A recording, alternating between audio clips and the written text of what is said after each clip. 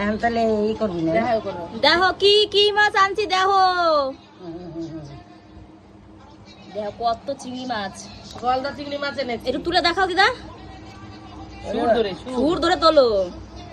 ওরে বাবা, বড় বড় মাছ দেখো। আমরা বাংলাদেশি ও।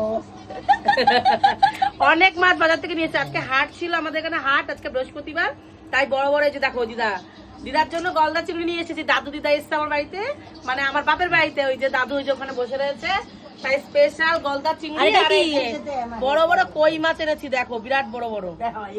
তো আজকে একটা ঘটনা ঘটেছে, সেটা হচ্ছে আমরা হাট বাজার থেকে মানে কই মাছ কিনেছি, আর মানে বাজারে কই মাছগুলো সব পড়ে গেছে। আর আমি দিদি সবাই চেঁচামেচি শুরু করে দিয়েছি যে মানে কই মাছগুলো পড়ে গেছে, মানে মাছ বাজারে সারা লোকজন উঠে চলে এসেছে। তারপর আমাদের সব কই মাছগুলো প্যাকেটে করে চলে এসেছে।